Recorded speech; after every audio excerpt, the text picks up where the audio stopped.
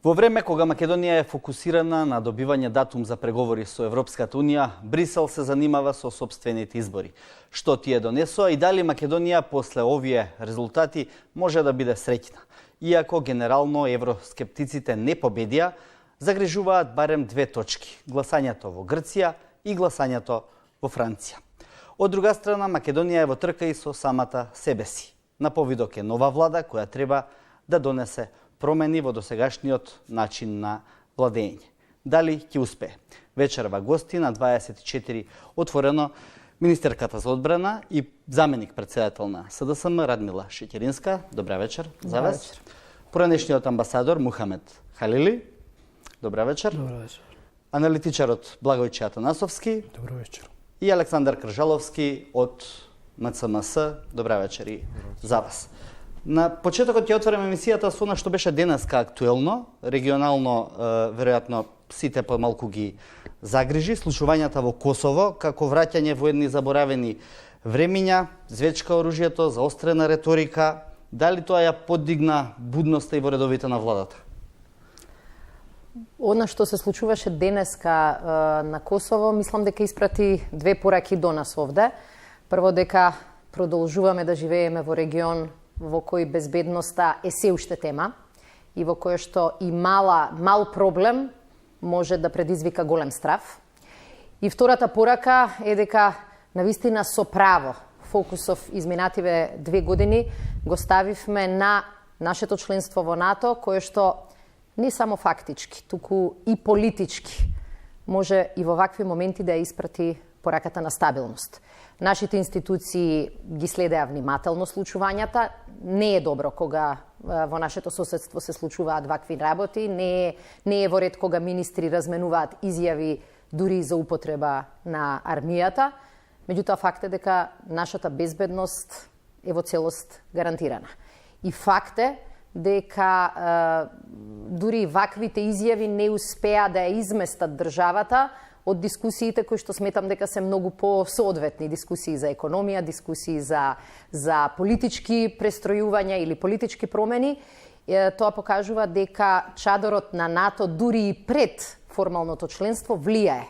Ја охрабрува економијата, ги теши и странските и домашните инвеститори и на сите нас ни дава чувство дека можеме да се изолираме навистина во голема мерка од она што се случува во нашето соседство. Но факт е дека вистинска стабилност во нашиот регион ќе може да има кога генерално ќе се променат политиките. Не само кај нас, туку и во целиот регион и соседството. Може ли овој случај, ова што сега се случува во Косово, да биде вовет во една конечна разрешница на состојбите на Балканот, или мислите дека може да биде само докомплицирање на и онака комплицираните односи меѓу Белград и Приштина? Сме имале доволно кризи во минатото и немаме добро искуство со таа, можеби, политика да создадеш криза за да полесно го решиш политичкиот проблем.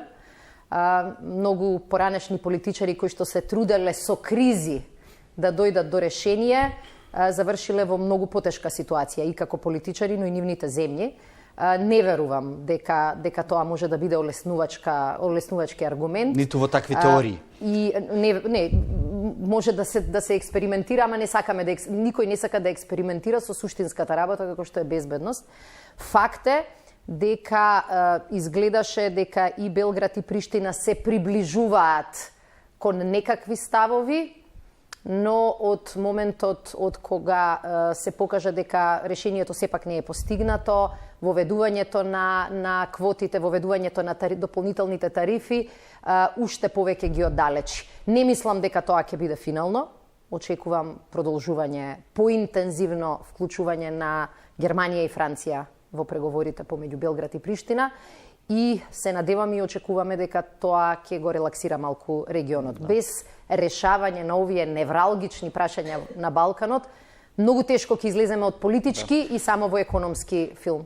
Халили, се чини, ако се следи примерот на решавање на македонско-грчкото прашање, каде работите се смируваа една по една, ова што сега се случува меѓу Белград и Приштина не води кон такво смирување. Што мислите вие? Незамисливо е таа криза да се реши според македонско-грчкиот пример, затоа што косовско-српскиот спор е присутен повеќе од 300 години. Значи, опрашање се не само децении, тука и векови. Второ, природата на нештата не е слична. Тука се работи за еден спор кој е 27-8 години, затоа што со Грција, Македонија во рамки на СФРЈ немаше такви проблеми, затоа што пак причина беа србите и русите. Веќе јавно се знае дека спорот со Република Северна Македонија избивна тогаш кога Грција не сакаше да признае независна Република Македонија во тоа време. Спорот со Република Македонија во тоа време? Да, затоа што и Грција и Србија не сака да се прекине таа нит југ-север, која се разбира... Добро, зошто е денешното заострување носите? Мислите дека е она објаснување кое што го дава косовската влада или сепак стои нешто друго за тоа? Се додека не се реши дефинитивно спорот што е помеѓу Косово и Србија, а тоа е дека Република Косово е независна држава. Додека србите уште во нивниот застарен устав сметат дека Косово е нивна територија. Се до тогаш ќе има додека проблеми од спор ваков не тип? се реши, проблемите ќе бидат присутни. Добро. И денешните инциденти се како последица на нерешавање на тие проблеми. Посебно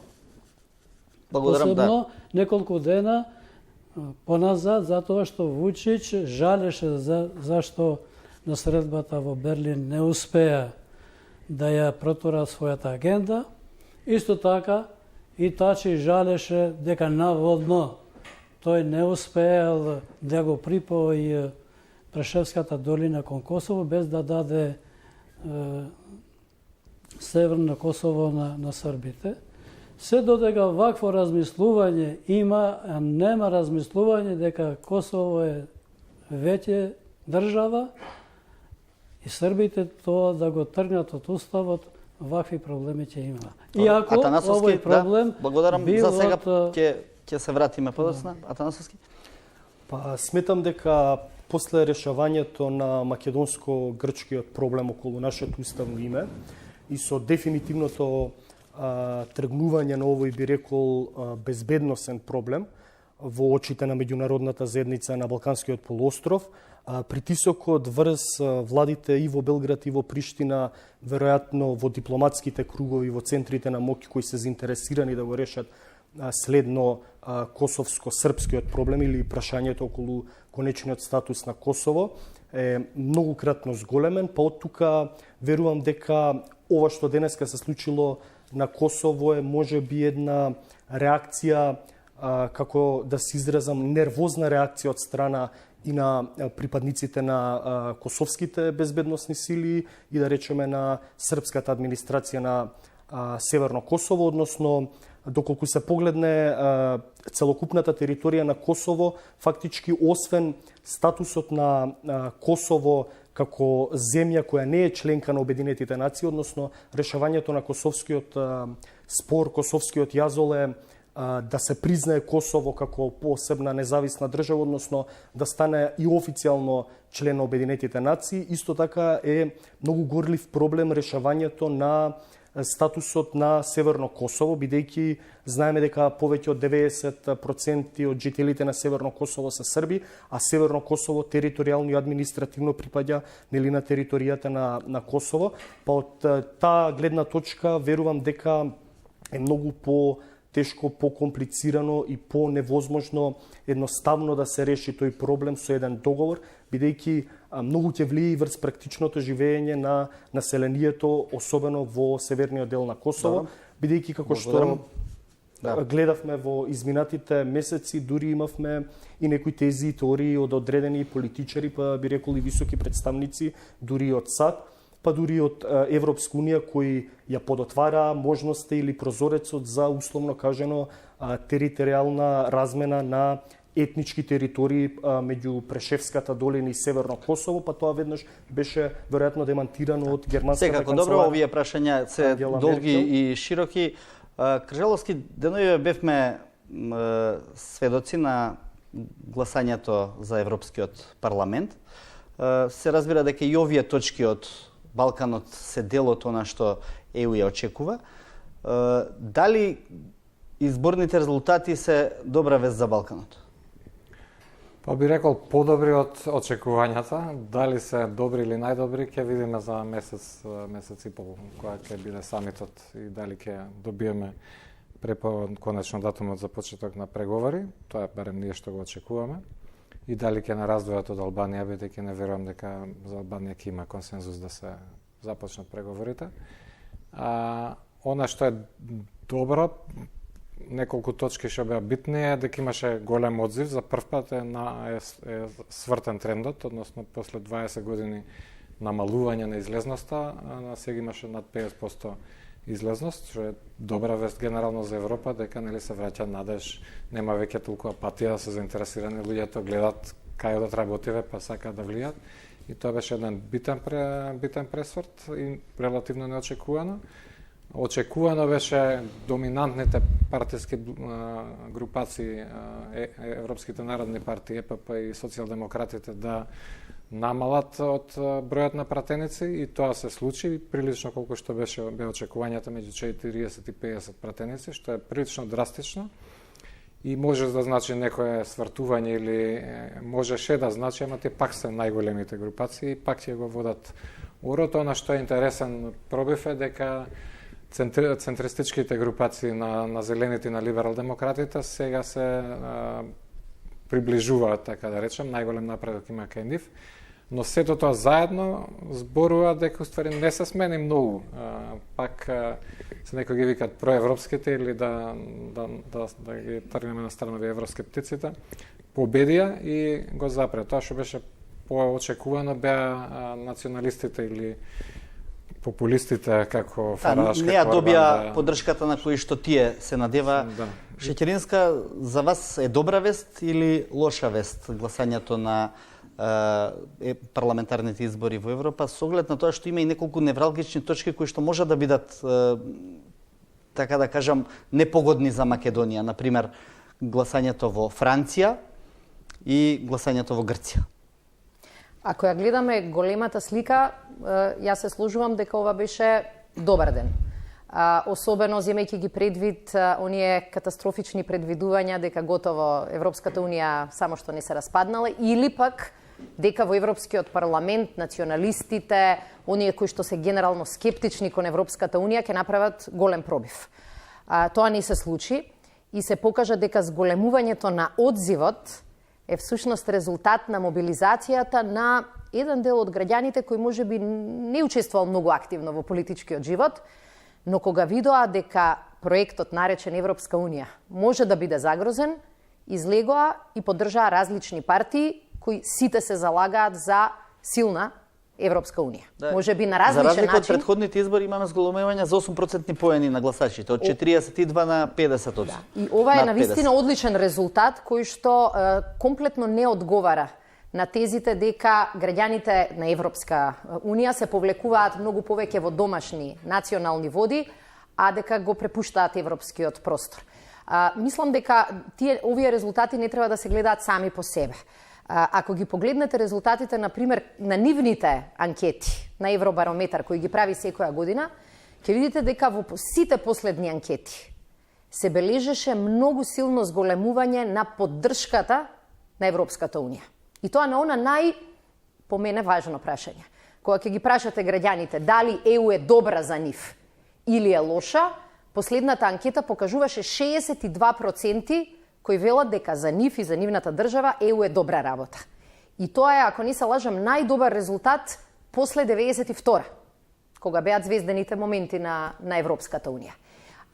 Кога ќе ги погледнете, има и најшарена влада некако во но еве ако гледате Брисел. дури екстремот, ако ги погледнете кои се оние кои викаат не дека ЕУ е лоша работа, процентот изнесува 11%.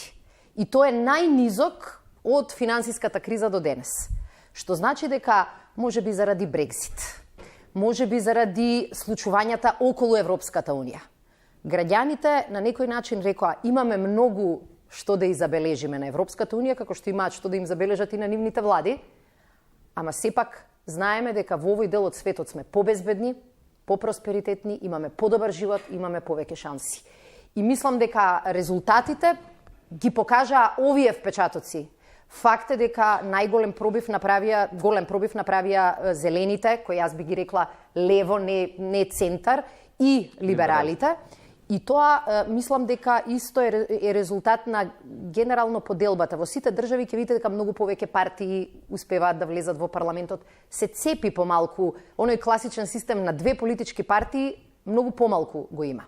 Сега, освен големата слика, која јас би рекла е многу подобра од многу предвидувања, ако ги гледате Франција и Грција... Да го завршиме малку и со другите околу големава слика, па ќе се вратиме на Франција и на Грција.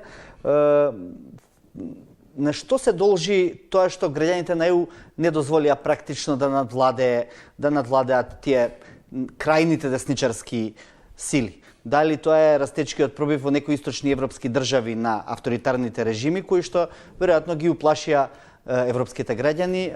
Атанасовски па Халил. Па првенствено европската идеја функционира повеќе од 70 години. Самата Европска унија првоначално е настаната како еден систем за чување на мирот во Европа, па потоа се трансформирала и како економска заедница. Мислам дека граѓаните во така наречената стара Европа, односно западните земји членки на Европската унија, се многу посвесни што значи вие да живеете во еден европски обединет простор, континент кој нуди огромни можности и колкав економски напредок се случил во сите тие земји после Втората светска војна која формирала Европската унија. Но од друга страна, овие резултати на последниви избори покажаа еден интересен тренд каде што и покрај тоа што две главни доминантни политички партии или групации се традиционалната десница, односно Европската народна партија и традиционалната левица, односно партијата на европските социјалдемократи, имаме намалување во нивниот изборен резултат на сметка на останатите пред се на зелените, на либералите и на оние деснопопулистички, антисистемски или антиевропски партии, така што овој парламент, како што прочитав, е најширеноликиот парламент во 40 годишната историја на евроизбори, односно збирот на бројот на пратеници кои ги освоја двете доминантни политички партии, односно левицата и десницата, не надминува над 50% од вкупниот број на пратеници во Европарламентот, кој нели изнесува 751. Така што тоа може да значи дека е еден вид на протестно гласање против доминантните политички партии, особено тоа гледаме дека се случи во Италија, во Франција и во Велика Британија, па дури во Германија имаме интересен резултат каде што за прв пат после Втората светска војна социјалдемократската партија не е втора партија, односно двете доминантни партии на левицата и на десницата не се пласираат на првото или второто место, таму имаме огромен пласман или огромна извојувана резултат или победа за нив на зелените, така што овие резултати ќе дадат една конјунктура и во самите главни држави во Европската унија, пред се во Германија, во Франција. Во Франција гледаме генерално дека сите се сосредочуваат на резултатот во однос на Ле Пен и на Макрон, но тоа се политички партии кои пред 20-30 години биле маргинални, односно партијата на Макрон воопшто не ни постоела како политичка партија, а главните партии во Франција на конзервативната политичка партија и социјалистите веќе се маргинални. Тоа се случува и во Велика Британија, и покрај тоа што Велика Британија нели е во процес на Брекзит. Тоа се случува и во Италија, така што тој композитот, череноликост на политички партии е интересен и за самата Европска унија, веројатно ќе покажат поголем демократски капацитет во создавањето на тие европски институции, каде што ќе мора да се земат во предиците различни. Јас првенствено сметам дека Брекзит е главната компонента зашто граѓаните на државите членки на Европската унија, поголемиот број од нив почнува и подруго да размислува. кога се деси Брекзит, имаше најави, јаки најави, и дека тој пат ќе го следи Франција. И дури што до тогаш и смешно ми изгледаше, и Унгарија изјави дека веројатно ќе го следи тој пат. Резултатите од Брекзит покажаа дека британците, иако сите не гласа, многу минимален беше бројот на тие кои победија, и тоа наметна на Велика Британија големи штети, бидејќи резултатите не ги признаваше Шкотска, не ги признаваше Ирска и сите тие кои гласаа да Велика Британија остане. Друго, глобализацијата и екстремниот тероризам кој е признат постоечки денеска во светот, тоа повеќе се изразува кај размислувањето на французите, иако таму Националниот фронт или Rassemblement National, новото име, на Марин Ле Пен води со 1%. Да, мала е разликата, но мала сепак. разлика, но сите тие действија кои се веќе присутни во светот и во Европа, разни форми на ИСИС, на војни, на миграции, тие им дадоа на граѓаните во овие земји да размислат дали е по-корисно да се следи патот на екстра десничарите кои ја водат, или да се оди по друг пат. Тоа е пат на соработка меѓу народите и земјите членки на Европската Унија. И целта на создавањето на ЕУ е таа. Но некогаш кога се дешават некои работи, тогаш и другите сакат да земат пример или да имитират. Сега веќе се знае дека секоја имитација на Брекзит е лоша имитација и погрешна имитација. Шеќеринска, сега одиме на Македонија. Што за нас значат гласањето едно по едно? Прво во Франција, со оглед на тоа дека сега ќе биде нешто ослабната позицијата на Макрон. Тој и претходно беше скептик во однос на проширувањето на Европската Унија. Сега со оваа мини победа на Ле Пен, веројатно маневарскиот простор е уште постеснат. Како го оценувате? Прво, победата на Ле Пен е со многу облаци. Точно е дека разликата е мала, но победа е победа. Она што е интересно е дека Ле Пен има полош резултат на овие европски избори, отколку пред 5 години на европските избори 2014. И она што е трето најинтересно е дека после тие избори во 2014, каде што беше и партијата и таа неспорен победник, таа потоа ги изгуби сите други избори кои што во суштина значат одговорност, власт и така натаму. Значи и председателските и парламентарните. И има една тенденција во француското општество дека на европските избори малку повеќе се фаворизираат и екстремите, меѓутоа кога ќе треба да се гласа оној кој што треба да ја води државата некаде, тогаш се дава гласот на другите опции. Меѓутоа, факт е дека поради овие причини не го читаат ова како победа на Ле Пен, колку на одреден пораз на Макрон, кој што со ново создадена партија предходниот пат буквално ја збриша целата конкуренција и ги збриша овие традиционални партии од предходно, особено социјалистите. Во меѓувреме во Франција се случи и масовните протести. Тоа е интересно, тоа дека влијаеше врз масовните резултатот на Макрон. протести кои што дефинитивно го ослабија Макрон, не го ослабеа во преголема мерка, кога ќе ги видите резултатите. И сега од една страна, да, ова може политички да го ослаби, но кога ќе видите дека неговата сега групација, бидејќи тој се приклучи на либералите, може да стане одлучувачкиот фактор за тоа кој ќе биде председател на Европска комисија, кој ќе биде председавач, кој ќе биде председател на Европскиот парламент, на некој начин може да се случи Макрон политички и да ја зголеми својата моќ. Обично одлуките кои што се носат за председател на Европска комисија зависат од германско-францускиот договор и овој пат се очекува дека Меркел и Макрон ќе имаат сериозни разговори, но индикација за зголемената амбициозност на Макрон беше дека тој веќе имаше состанок со победникот на шпанските избори, социјалистот Санчес, и дека најверојатно сака да направи практично коалиција помеѓу либералите и социјалистите и демократите, со кој што ќе им се спротистави на Европската народна партија. Така што можно е на план Франција и европски, дури Макрон политичкиот капитал да си го засили. Факт е дека оваа победа за Македонија на Ле Пен може да им даде алиби на многумина во Европа, во Франција, секаде, кои што ќе кажат не сме подготвени. Но дебатата во Франција беше тешка и пред изборите. Беше тешка и пред една година. Ако имаме доволно долга меморија, беше тешка и во 2005 година кога станавме земја кандидат. Никогаш не било лесно да ја убедите Франција да застане зад ново проширување, не само на Балканот можеби, заради тоа што фокусот им е на внатрешната реформа на Европската Унија.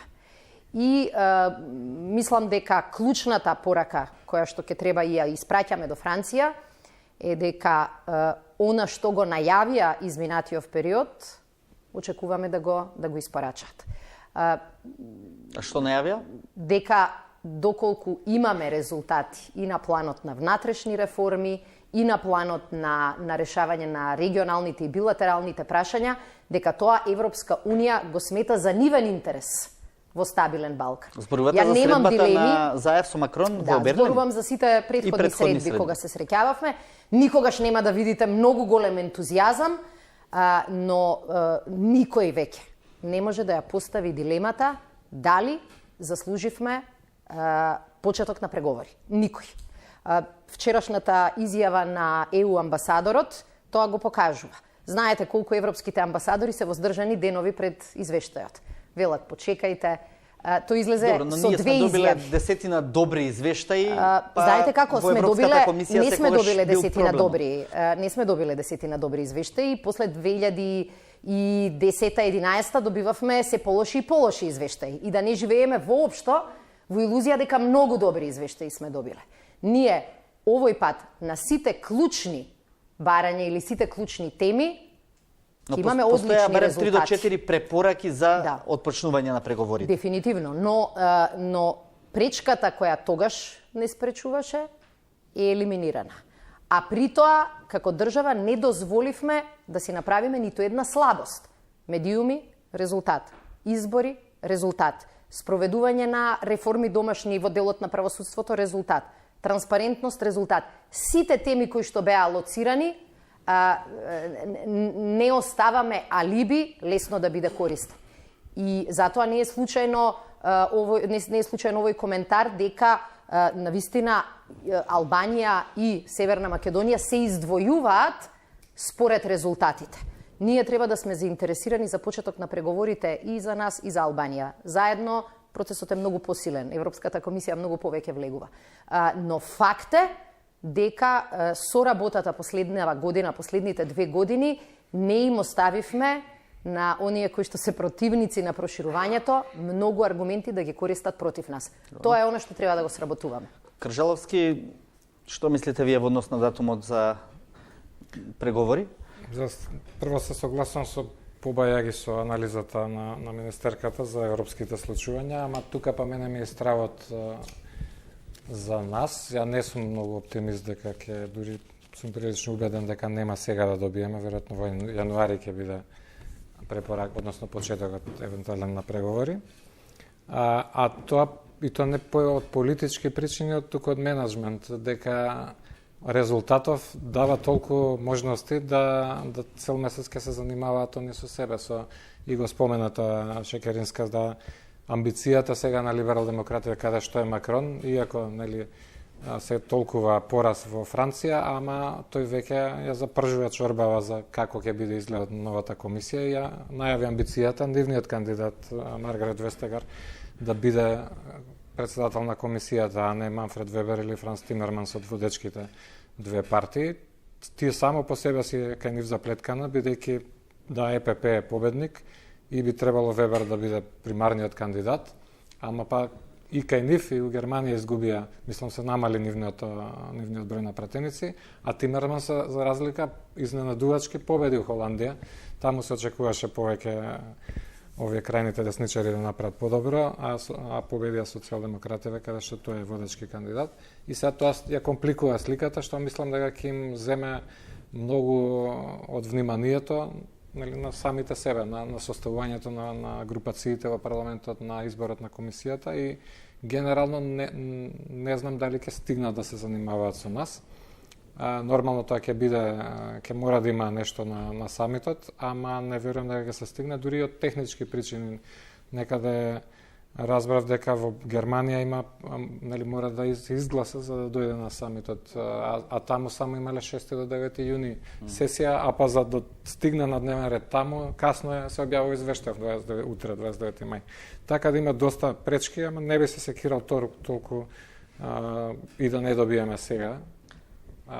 Ама мислам дека полека треба веројатно ќе се направи мораториум. Тука има уште една пречка, доколку сега не биде добиен датумот за преговори, а во Грција се одржат предвремени парламентарни избори, на кои според резултатите може да победи лидерот на опозицијата сегашна, Мицотакис, тогаш Македонија некако ја губи безрезервната поддршка што сега ја има во Атина. Атанасовски, па после одиме ке Шеќеринска и Халели.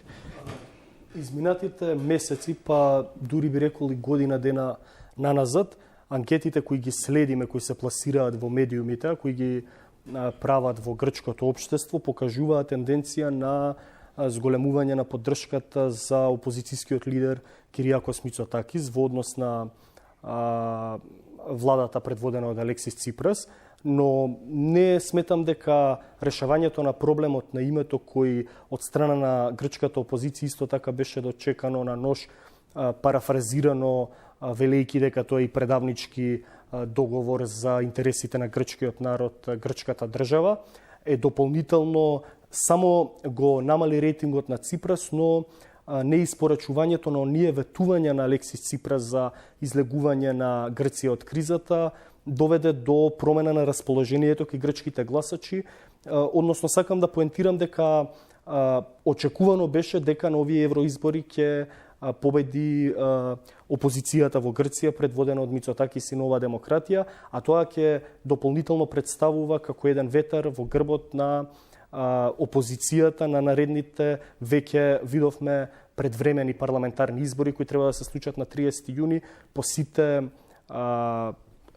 практики да победи исто така Мицотакис. Единствена добра работа е тоа што како што сум запознаен е исфрлен оној изборен модел во Грција каде што му дава дополнителни 50 мандати на победникот, така што може да се случи во Грција и да победи Мицотакис, но да не формира влада, но и покрај тоа што да предпоставиме во една хипотетичка ситуација во која Мицотакис би бил иден премиер веќе во август, септември во Грција, додека се комплетира таа грчка нова влада, не верувам дека ќе се врати наназад процесот на наше полноправно членство во НАТО алијансата. Не верувам дека тоа е иреверзибилен процес, бидејќи како што видовме и сами грчката влада, односно грчкиот парламент. Тоа нема да се случи, но најверојатно нема да се случи, но може да има во поглед на датумот за преговори со Европската унија. Не само на датумот на преговори. Видете ли, ако го започнеме и процесот на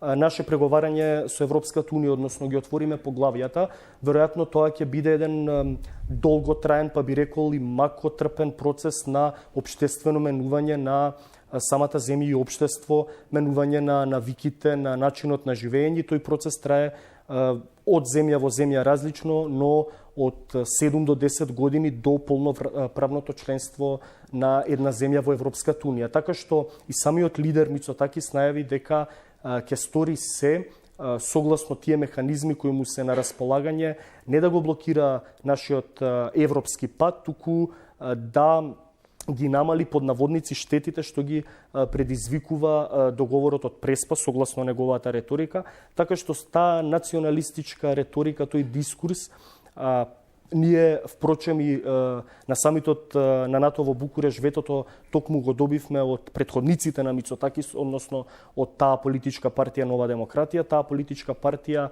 има еден мајндсет кој е многу поразличен, да речем, од мајндсетот на Сириза, така што не исклучувам ние дека би влегле во едни турбулентни политички односи со Грција, доколку се случи тој пресврт да формира влада. Халили, што мислите вие? Јас мислам прво дека Марин Лепе, иако минимално, но секако е победничка во подем. И 2014 таа имала на вистина 24% гласови, меѓутоа тогаш на излезот со 42%. А што мислите како ќе се одрази во однос на Македонија? Ништо нема да се одрази нешто трагично, затоа што не само таа, опцијата за реформа на Европската Унија постои и кај Макрон и кај Мишел. И тие мислат дека во овој контекст не би требало да одиме ние на проширување без Европската Унија да го зајакне својата сувереност. Јакнење на сувереноста. Второ, под јакнење на сувереноста тие мислат дека Европа се уште не е способна да ги брани незините надвршни граници. Треба да се даде фонд, луѓе на Фронтекс и полицијата, Европска полиција. Потоа треба да се создаде буџет за одбрана и во рамките на економијата треба да се инсталира еден нов европски министер за економија. И тоа не е се. Макрон изјавил 2017 на Сорбона дека тој е за проширување. Иво Ница изјавил дека тој ќе се залага за проширување на Европската Унија. Меѓутоа, пред една недела, таа што ја водеше листата на Макрон, на Франција напред, Натали Ласо, не знам како се викаше, се спротивставише наводно многу оштро и рече дека таа ќе ја блокира Република Северна Македонија за понатамошна интеграција, но исто така Франција нема да гласа и за Шенген процесот на Романија. Политичарите меѓу нив мислат дека овие зборови на Натали се една врста на фейк ньюс, затоа што самиот Макрон се изјаснил дека ќе се залага за проширување. Друго сега, кај нашиот проблем. Многу е јасно дека ЕУ интеграциите се поддржани од два процеса. Едниот политичката поддршка. Политичката поддршка Република Македонија ја има сега. Нашиот премиер на средба со Макрон и Ангела Меркел доби пофалби големи дека ево вие сте земја која го решивте многу деценискиот проблем со Грција и затоа заслужувате. И во доменот на добри соседски односи, ево вие имате десетка. Но само со пофалба не се интегрира во Европска Унија. И баш вчера еден поранешен американски амбасадор во Македонија, не Филип Рикер, тој што беше пред него, изјави дека Европската Унија е еден склоп на бирократија и тамо малите земји имат малку шанси да го докажат нивниот збор. Добро, но нам ни е тој најважен и сега во тој контекст... Од тој контекст. Сега бидејќи ние политичката поддршка ја добивме, како што ја доби Бугарија и Романија и влезе без критериуми, скоро тие влегува. Но ЕУ тогаш имаше интерес, бидејќи во Бугарија беа војните нуклеарни бази на СССР. Во Романија исто така. Дали сега ќе има големите сили кои одлучуваат, не за Меркел, сега да кажеме за Макрон, дали ќе најдат некоја предност сем тоа што сме биле пример за решавање на еден долгогодишен проблем со Грција и со Бугарија. Дали тоа е доволно или треба и реформи. Покрај сите тие реформи што навистина се такви за пофалби кои ги наведе и Чечеринска, ние сепак имаме и една критика од нив. А критиката тука ја даде Вилма Русковска, кога рече дека сепак мора да признаеме дека ние имаме интервенција во судскиот систем во Република Македонија. И да не ги преку законот за амнестија? Да, и да не ги спомнаме некои банални работи кои се дешава за секоја влада, непотизам и така. Да, тоа се многу. Сега ќе отвориме тој дел од натрешните проблеми во вториот дел од емисијата. Секоја време и ќе ги има и не може така одеднаш да се отклона. Шеќеринска во однос на грчките избори и евентуалната победа на Мицотакис. Има ли план Б Република Северна Македонија доколку Мицотакис победи, па некако почне да го одолговлекува тој процес кој што е за нас многу значаен? Дури и самото недавање на поддршка би било веќе многу лош сигнал со оглед на тоа колку сега администрацијата на Ципрас практично настојува во добивањето на тој датум за преговори за Македонија. Имаше серија на изјави кои мислам дека можат позитивно да се читаат уште пред изборите, во кои лидерот на Неа демократија кажа договорот е потпишан, договорите се ратификувани, договорот е прифатен од сите и јас како премиер иден ќе го почитувам. И ние, да бидам искрена, клучно мора на тоа да се потпреме. Но вие сте во право. Целата логика на договорот во Преспа не е само да си го испочитуваме тоа што е договорено, туку да се трудиме да создаваме еден нов балкански дух, нова политика, нови односи, да бидеме навистина да ги градиме тие односи на соработка и на пријателство во интерес на двете страни. Мислам дека за тоа можеби ќе треба малку време. Но победата на Неа демократија, фактот дека ќе имаме набрзо избори и можна промена на владата, мислам дека треба и ние да ја искористиме за лекција. Дека вечно отворени врати не постојат. И дека тогаш кога ќе се отвори вратата, држава како нас мора таа отворена врата да ја искористи. Имаше многумина кои велеа немојте да брзате, почекајте. Зарем мислите дека сега преговорите со Мицотакис ќе беа полесни отколку преговорите со Ципрас, кој дефинитивно има поинаков поглед. Оние кои што велеа многу отстапки направивме, не требаше, грците се радуваат за договорот. И тие лаги паднаа, и тие тези паднаа во вода. Факт е дека најлесно ќе беше и Ципрас и Заев да седат и ништо да не прават.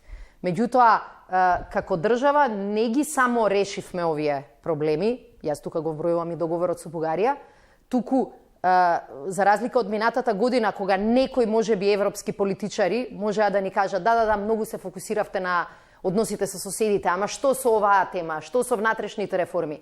Сега јас повторно ќе го цитирам Жбогар, бидејќи уште не е објавен извештајот. Убедена сум дека утре ќе имаме уште посилни цитати. Јас не сум чула до сега во сите овие години на добри или лоши извештаи, 3 дена пред извештајот, европскиот амбасадор да каже не само имате резултати не само во подобрување во односите со соседите, туку и во сферата на реформите, и уште повеќе да рече извештајот ќе биде многу позитивен и поддржувачки. И ова си го кажувам затоа што ништо од тоа не ни е подарено. Оваа држава скапо доаѓаше, не мислам само компромисите со Бугарија и Грција. И на планот на домашни реформи тешко се поправаат некои длабоки системски проблеми.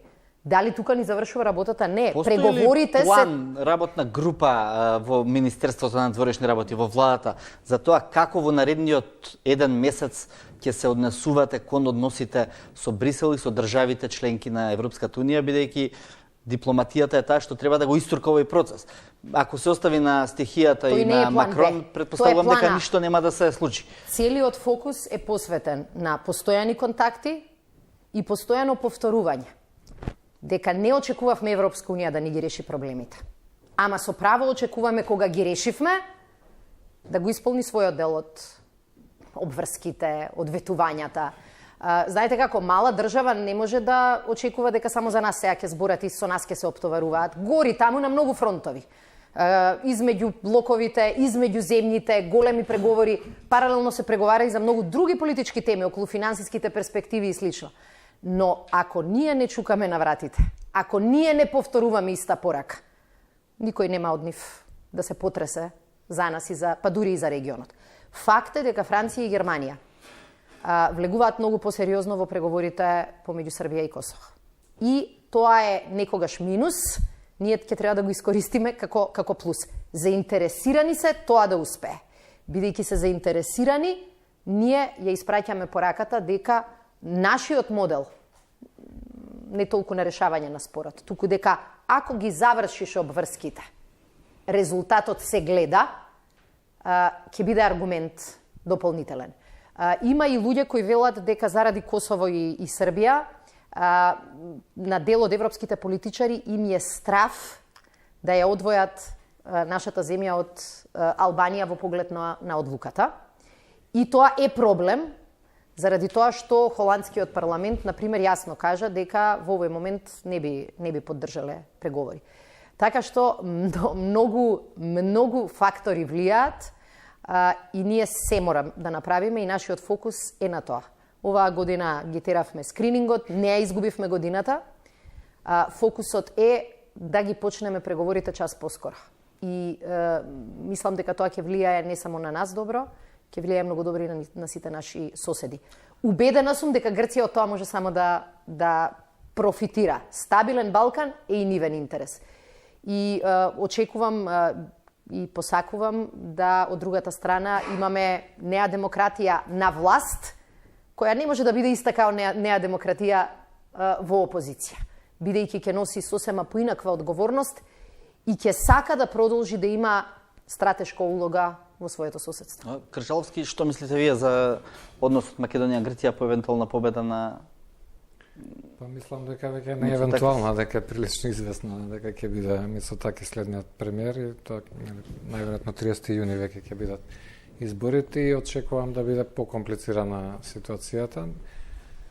Дали и заради тоа има некој простор да се одлучи сепак овој месец да добиеме датум за почеток на преговорите, да се надеваме, иако лани кога се прави истите муабети, пак се согласувам со Шекеринска на расправа во Германското министерство за надворешни работи со неколку невладини организации од Македонија.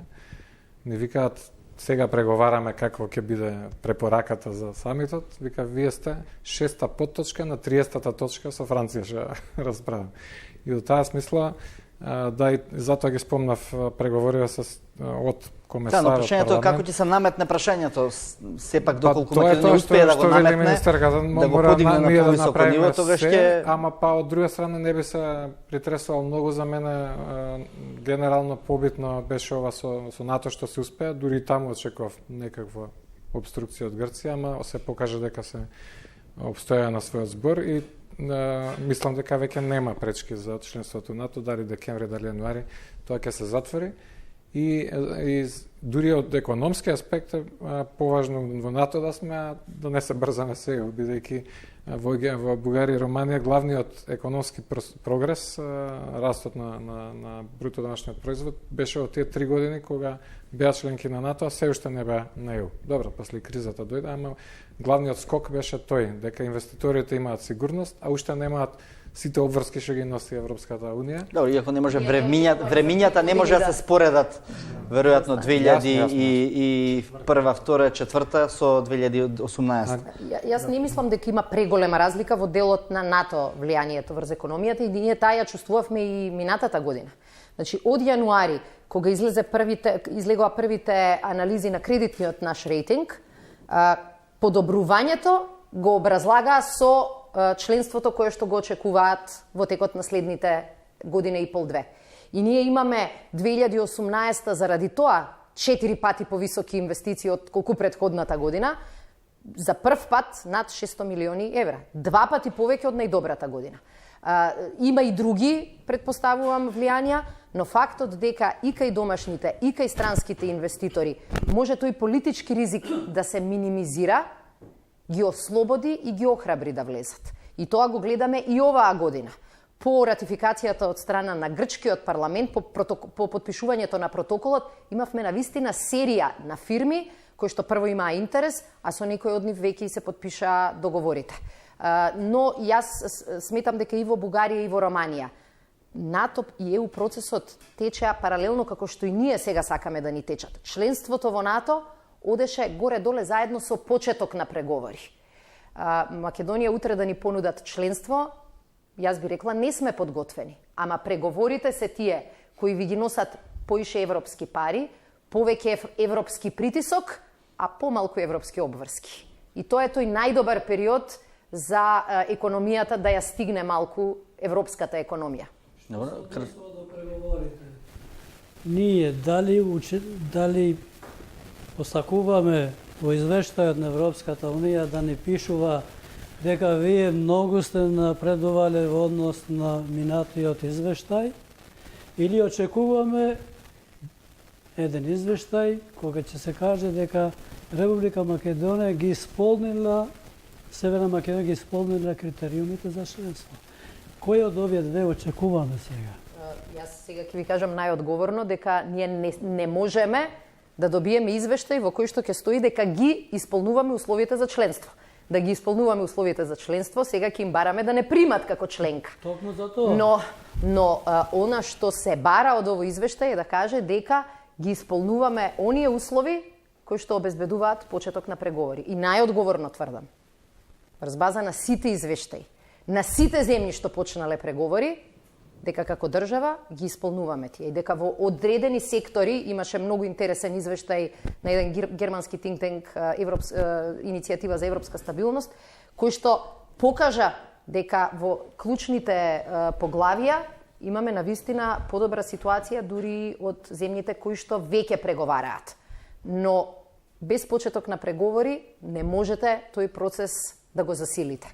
И затоа бараме нешто што сме си заслужиле, ич да немаме дилеми.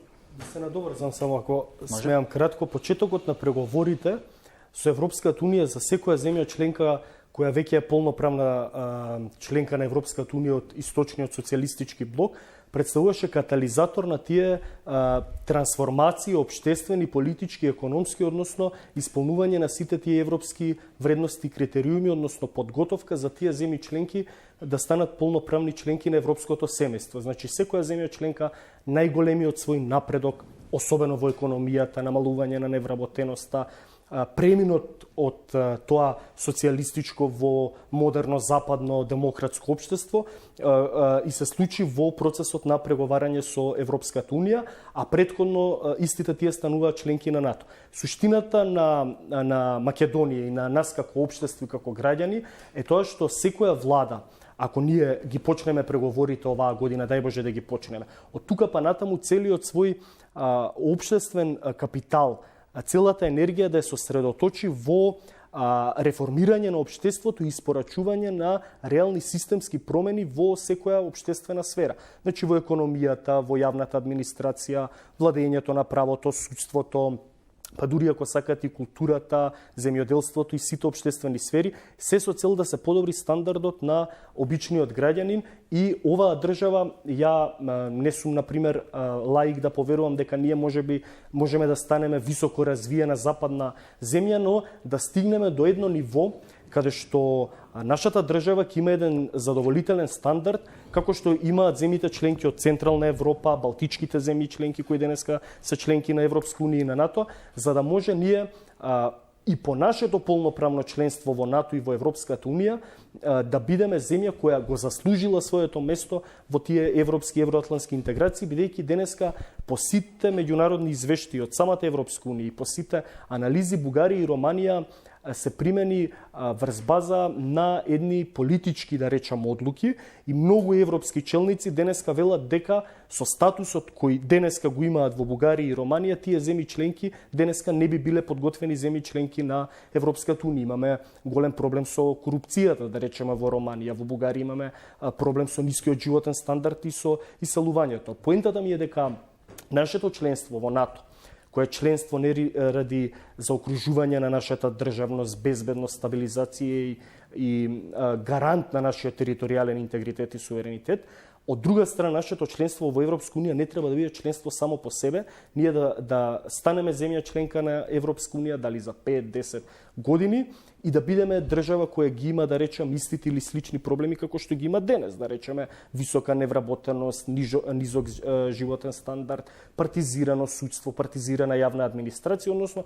сите тие општествени сфери да бидат подобрени, односно како што истакна и самиот комесар за европроширување Јоханес Хан, процесот на интеграција во Европската унија треба да биде процес на менување на менталитетот, на живење на граѓаните во овие простори на Западен Балкан, се со цел да стекнат нели едни европски навики на поведение и живење. Да, Кусо, само па одиме на... Однесува до Мицотакис. Договорот на Преспа не е направен договор за личности кои ќе дојдат на власт. Тој договор има траен карактер. И Мицотакис многу добро тоа го знае и се повлекува сега. И во случај да предпоставиме дека тој ќе се повлекува од тој договор, тогаш следуваат и реципрочни мерки. Ние може да се повлекуваме. И тогаш ниту ние сме направиле нешто, нити повторно се враќаме во круг, а другиот процес ќе биде можеби 1000 пати по трнови полош од тој што го поминавме. Благодарам, идеме на мала пауза за реклами.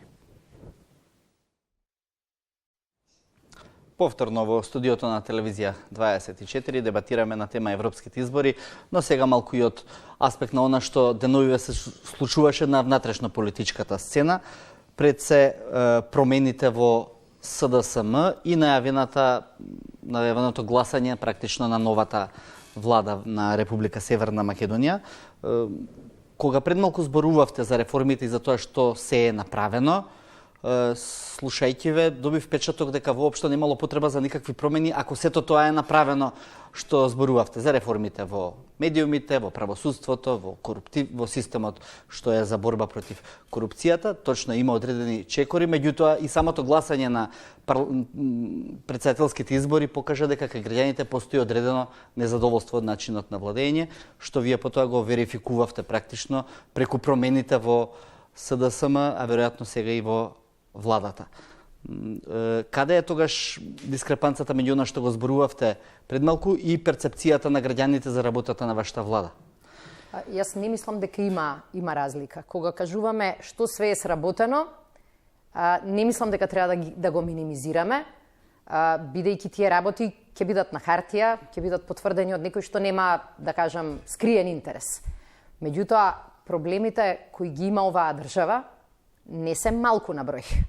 И на 10 решени проблеми ви следат уште 30 кои што треба да ги решите. И сите сме нестрпливи, како што се нестрпливи и граѓаните. Затоа нашиот фокус сега е ова што го завршивме како што треба, не смее да се загрози. Ама нашата амбиција и нашиот план мора да биде едно ниво повисоко. Тоа е почеток на реформите во внатрешната сфера и добрите релации со соседите и во меѓународните односи. Ние ја покажавме политичката волја. Еве сега ќе ви кажам пример. Законот за борба против корупција. Ние покажавме политичка волја и политичка акција дека работите веќе никогаш нема да бидат исти. Донесовме закон со силна антикорупцијска комисија, со независна антикорупцијска комисија и на изборот покажавме дека тоа не биле празни зборови. Однесувањето на антикорупцијската комисија потврди дека не сме создале Потемкиново село, кое што ќе вика амин за веки векови како беше како претходната комисија. Дали е тоа доволно за да ја сузбиеме корупцијата во државава? Не. Сега ни треба многу работа за да покажеме прво дека корупцијата не се исплати и дека се казнува. Но ако се фокусираме само на тоа што допрва не чека, нема да имаме доволно сила. И ја затоа велам плюс за тоа што е завршено, минус за тоа што не сме успеале да го направиме. Има многу неверни томи во секоја држава, кај нас можеби уште повеќе. Од самиот почеток на владата, кога најавивме прилично амбициозна агенда, најголемиот дел од коментарите беше нема шанси. Полека покажавме дека работите се достижни. Денеска зборуваме за НАТО како завршена работа, што понекогаш ме плаши, затоа што во политикава никогаш нема завршени еднаш за секогаш работи, но јас се сеќавам дека пред самитот во НАТО владееше реална паника, дека целта ќе ни избега од пред раце. Така е, сега да се вратам назад на темата, така беше и кога најавивме дека ќе имаме сериозни кадровски поместувања. Многумина велеа тоа се само зборови помеѓу првиот и вториот круг. Она што го правиме во последните денови и недели покажува дека ништо од тоа не било празен збор. Се разбира, главното не чека во делот на владините реконструкции. Прерано е сега да кажам дали нова влада, реконструкција, мислам дека заради претходните измени во владата ќе мора да биде практично нова влада, нов мандат. Не чекаат промени и во делот на извршната власт, директори, агенции и така натаму. И ќе покажеме дека прилично објективно можеме да си ги утврдиме слабостите и да реагираме таму каде што мислиме дека треба да има повеќе резултати. Практично сега се смени све што не се бира на Конгрес во СДСМ. Значи ли... Прво, ние имавме дел понудени оставки кои што ги прифативме и одредени разрешувања. Меѓутоа, тоа беше со цел да бидеме побрзи. Во државата имате правила, закони, устав. Некои работи ви треба време. Премиерот кажа дека не сакаме во период додека го чекаме извештајот и се крши одлуката околу ЕУ, нашиот единствен фокус да биде реконструкцијата. Зошто си заменуваат сите ако вие не сте незадоволни од сите? Како раководство јас не мислам на дека на крај ние сега имаме простор одново да избереме раководство. И тоа беше целта. Тоа значи дека и постоечките луѓе кои што веќе се во оставка можат повторно да се кандидираат. Имаме, како што рековме, кај председателите на општинските, ние ги повикавме, особено оние кои што победија на изборите, дека ќе бидат секако кандидати со добри шанси. Значи ли дека оние подпредседатели кои се министри по дефолт владата не е незадоволна од нив? Односно премиерот? Апсолутно не значи, затоа што иначе тоа би се пресликало на нивниот министерски, а не само на нивниот партиски мандат. И не мислам дека е фер, ниту пак дека е точно да се влече таа паралела. Целта ни беше да направиме и внатрепартиска инфраструктура, која што ќе се сконцентрира на внатрепартиското работење и затоа и новиот генерален секретар на партијата кажа дека единствениот ангажман ќе му биде она што се вели партиски ангажман, структура, организација, членови, активисти, што до сега може би беше хендикеп на претходниот генерален секретар кој беше и во собрание и во партија. Постои ли поделба меѓу председателот и заменикот председател на СДСМ во однос на најавената реконструкција на владата или заеднички го работите тоа? Јас се сеќавам на слични наслови и лажни вести, тогаш не ги викавме толку фейк ньюс, од моментот кога председателот на партијата и јас бевме избрани како председател и заменик председател. СДСМ многу често имала внатрешна слабост која сите ја злоупотребувале.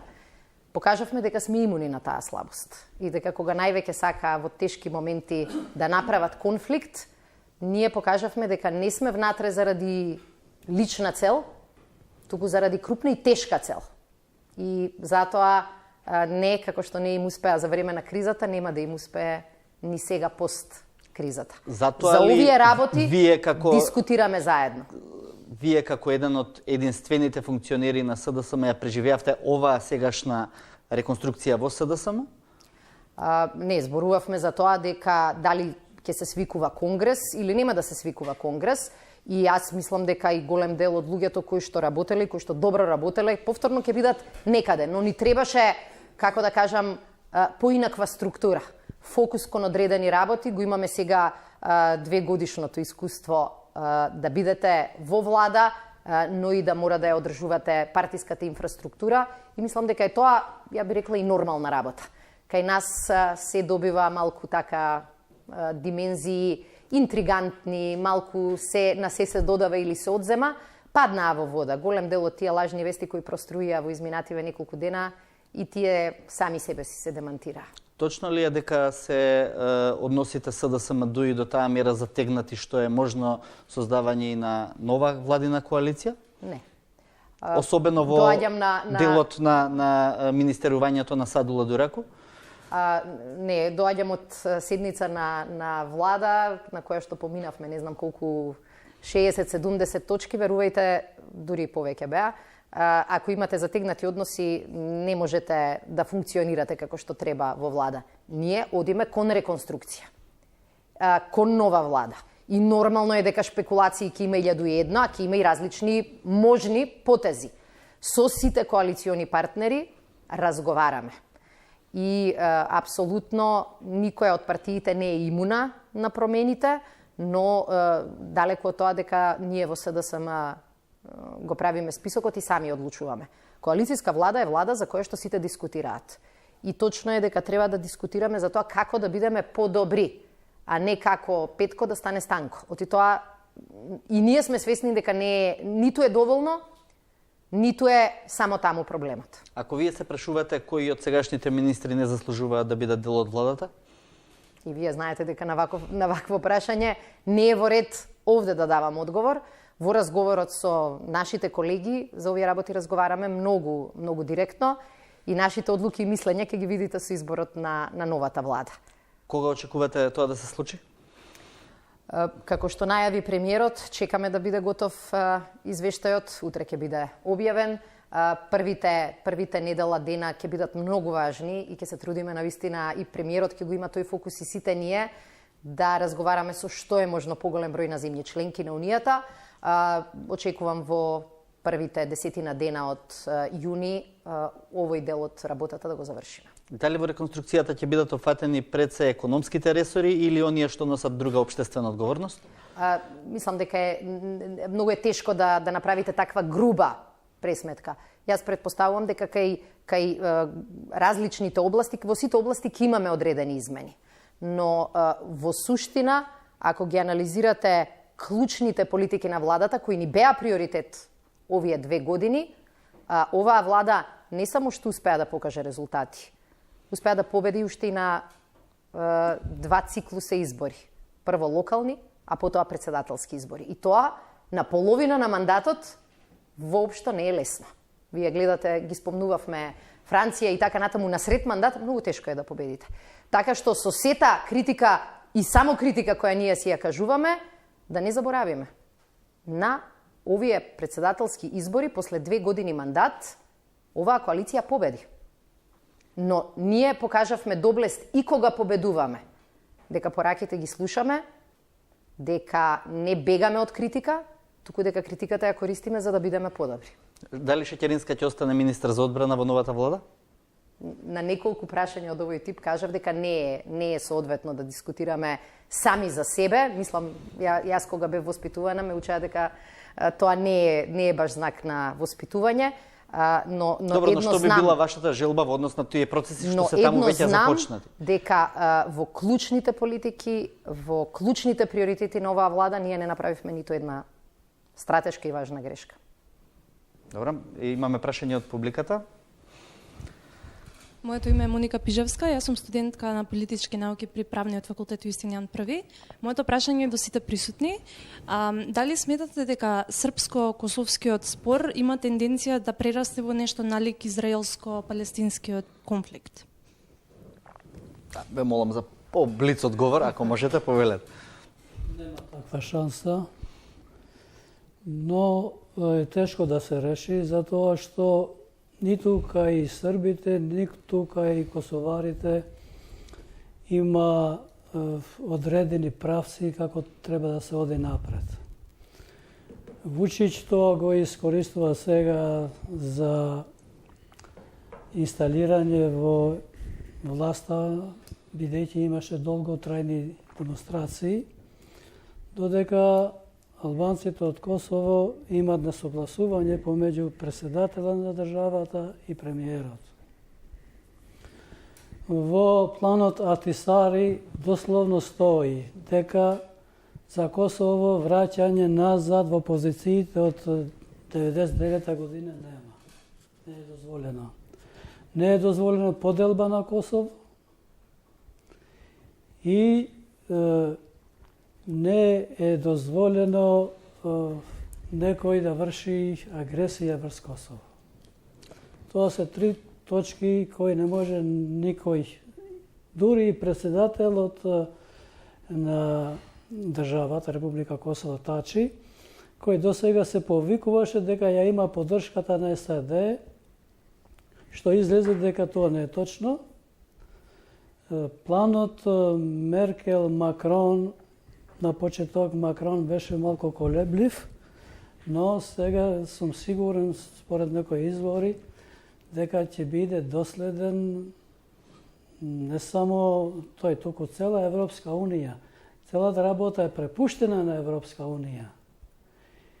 И конфликтот палестинци Израел, сем територијални претензии, има и идеолошка, религиозна позадина. Тука таква позадина нема. Треба да се почитува планот на Ахтисари и секое пазарање од стилот Вучич, Тачи, тоа е неприфатливо и нема да успее. Благодарам. Тука ја завршуваме нашата емисија. Кржаловски, Атанасовски, Халили, Шеќеринска, ви благодарам вечерва што бевте гости на 24 отворено. Почитувани гледачи, останете и понатаму со програмите на Телевизија 24.